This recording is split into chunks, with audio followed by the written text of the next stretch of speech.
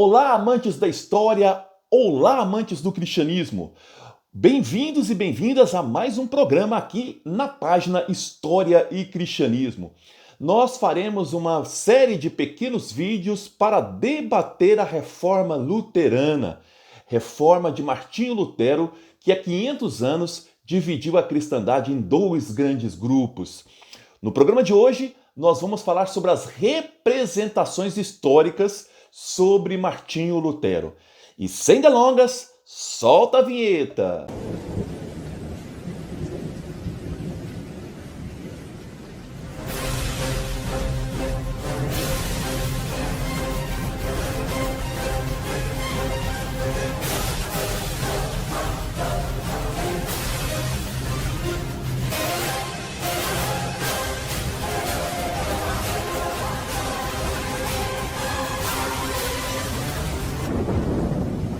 Novamente sejam bem-vindos e bem-vindas. Hoje nós vamos falar sobre as representações que a história fez sobre Martinho Lutero. Nenhum historiador duvida da importância desse monge agostiniano para a reforma de 1517. Logicamente, o contexto histórico favoreceu, mas a personalidade de Martinho Lutero foi decisiva nesse processo desencadeado a partir de 1517, que nós conhecemos como Reforma Luterana. Ao longo da história, algumas representações foram feitas sobre Martinho Lutero. O Martinho Lutero que navegou aí de uma representação demoníaca da figura de Lutero até uma visão angelical do Lutero. O primeiro grupo, logicamente, representando os católicos, o segundo grupo representando os luteranos.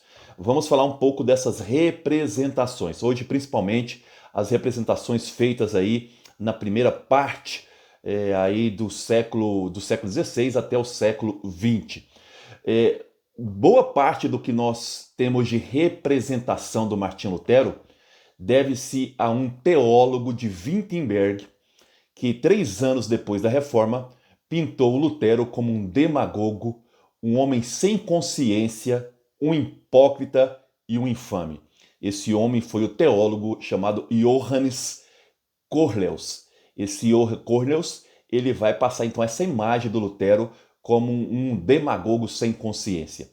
Essa representação do Lutero, ela ganhou século XVI, XVII, XVIII, XIX e até o início do século XX. Era assim que a representação do Lutero ela era traçada principalmente nos quadros católicos, onde se estudava a teologia católica, assim se pintava Martinho Lutero. Essa visão ela foi reforçada através de 2 livros do século XX, um livro de um dominicano chamado aí Denífrio. Esse dominicano ele vai chamar Lutero de um homem de uma deformação moral, que tinha uma deformação moral. Ele era, segundo Denífrio, ele era um homem desprovido de humildade, um homem autossuficiente, tíbio nas orações, tá? Essa foi a pintura feita pelo Denífrio, esse teólogo dominicano. Isso é um livro do início do século XX. Depois nós vamos ter também um jesuíta de nome Grieser. Se o Denífrio pintou aí o Lutero com uma deformidade moral, o Grieser vai pintar o Lutero com uma deformidade psicológica. Ele vai dizer que o Lutero ele era atormentado pelo pecado e também pelo demônio, por isso que levou ele a fazer essa reforma. Ou seja, a visão que se tem até o século XX, principalmente no início do século XX, o Lutero ou ele é um pervertido moralmente, ou ele é um neurótico. Então foi essa a pintura que se fez, a representação que se fez do Lutero até o início do século XX.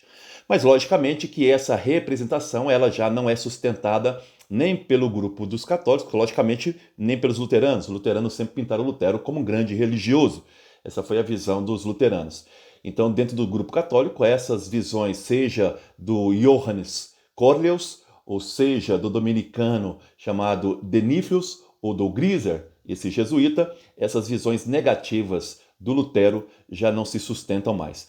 Estudos recentes apresentam o Lutero como um grande religioso, como um grande teólogo, como um homem que buscava Deus, que teve aí um contato profundo com Deus e que tinha uma grande atração por Jesus Cristo. Essa é a visão. Nos últimos 50 anos, católicos e luteranos têm se aproximado ainda mais. Vários acordos foram assinados e principalmente dentro do pontificado de João Paulo II, depois do pontificado aí do Papa alemão, muito próximo também dessa realidade luterana, que é o Bento XVI, e agora com o Papa Francisco. Papa Francisco, inclusive, quando comemoramos aí os 500 anos da Reforma Luterana, Papa Francisco mandou inclusive aí fazer 2 medalhas, né? Na verdade, uma grande medalha com o rosto do Lutero e também aí do seu discípulo chamado Melanchthon, celebrando aí esses 500 anos da Reforma. Aqui não se celebra nem o rompimento, mas os ganhos que a Reforma teve tanto para o lado luterano como para o lado católico. Hoje também, através de acordos, luteranos e católicos reconhecem que a Reforma ela teve como responsabilidade tanto luteranos também como católicos. Papa Francisco recentemente também ressaltou o papel do Lutero como um homem que levou a Bíblia para os homens.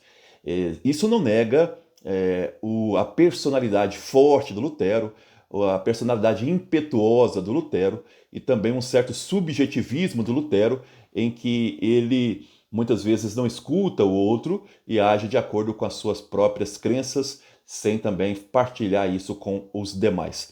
Então isso é um pouco a representação. Até o início do século XX, a representação extremamente negativa do Lutero nos campos católicos, uma representação muito positiva no campo luterano. Hoje, uma revisão histórica apresentando o Lutero como um grande teólogo, um homem que buscou de fato uma grande experiência com Deus, sem negar também um pouco a sua difícil personalidade. É isso aí. Até o próximo programa aqui sobre a Reforma. Se você gostou desse vídeo, compartilhe, divulgue, como você já sabe, para que outras pessoas possam ter acesso a esse vídeo. Um abraço!